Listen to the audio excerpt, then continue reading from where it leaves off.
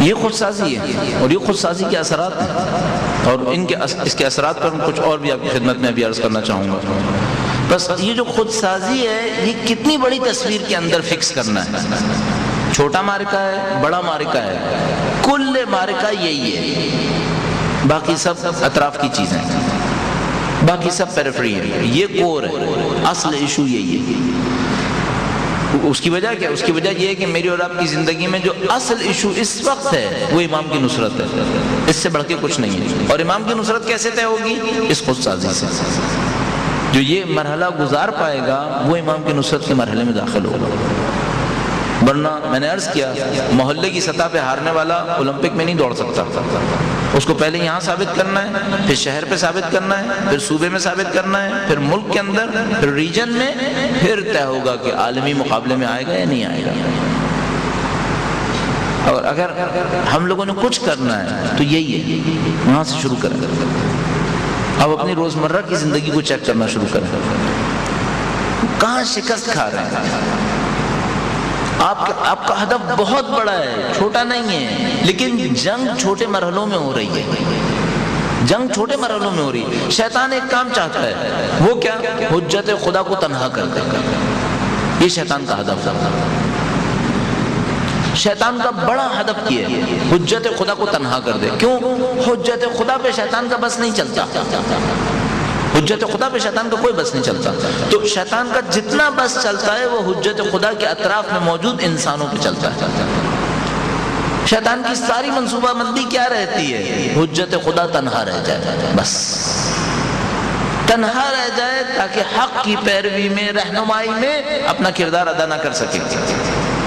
اس شیطان نے بڑے بڑے معرکے کی، میں اس کی تفصیل میں نہیں جانا چاہوں گا، سب تاریخ میں تسلسل ہے، کہیں پر مجھے ٹکڑے سمجھ میں نہیں آئے، تسلسل کے ساتھ بڑھتا ہے سب کچھ۔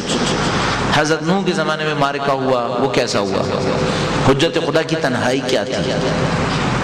اگر حضرت مثال کے طور پر ابراہیم کے زمانے میں علیہ السلام مقابلہ ہوا، اس میں حجت خدا کا کردار کیا رہا؟ تنہائی میں کیا سزا؟ حضرت ابراہیم تنہا آگ میں کودے تھے، حضرت ابراہیم تنہا آگ میں کودے تھے۔ اگر آپ حجت خدا کی تنہائیوں کا جائزہ لیں تب آپ کو سمجھ میں آئے گا کہ سید الشہداء نے کیوں کہا مجھے وہ اصحاب ملے جو کسی کو نہیں ملے۔ اس کی وجہ یہ کہ حضرت ابراہیم کے پاس 72 نہیں تھے، حضرت عیسیٰ علیہ السلام کے پاس بھی 72 نہیں تھے۔ یہ سید الشہداء کا فخر ہے کہ انسانیت کے 72 منتخب افراد ان کے اوان و انصار میں شامل ہیں۔ وہ اس معاملے میں تمام حجت خدا کے اوپر برتری رکھتے تھے، ان کے پاس اوان و انصار تھا۔ اب جتنی شیطان کی کوشش ہے وہ یہ کہ حجت کے اطراف میں مخلصین کا لشکر یہ تیار نہ ہو سکے۔ کامیاب ہوتا ہے بعض جگہ۔ اب آپ خود تصور کریں، اگر امام مظلوم کئی سال زندان میں ہے اور ماننے والے نہیں چھڑا پا رہے، کس بات کی نشانی ہے؟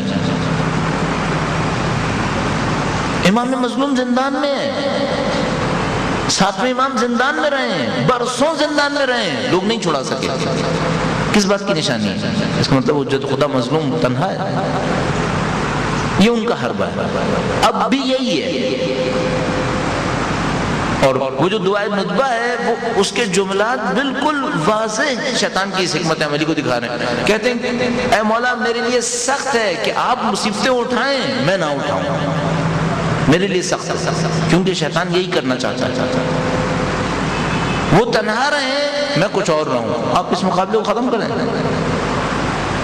آپ اور میں طے کریں کہ ہمارے وجود کا بند اپنے امام کے ساتھ ہونا چاہیے، ان کی خدمت کے لیے ہونا چاہیے۔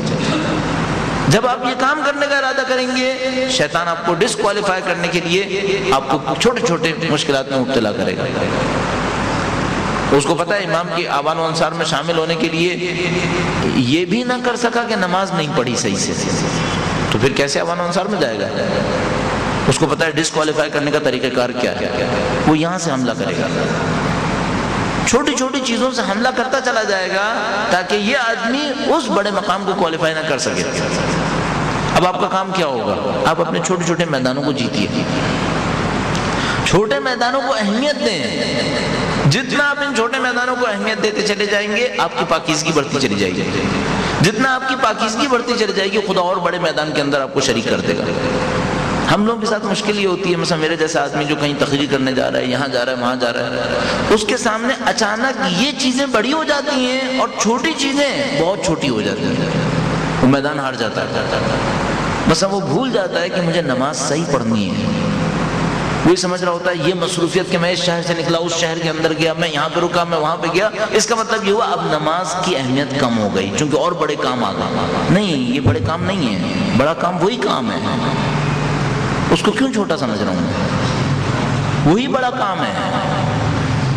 ان میں جیتوں گا تو ان میں جیتوں گا، ورنہ نہیں جیت سکتے.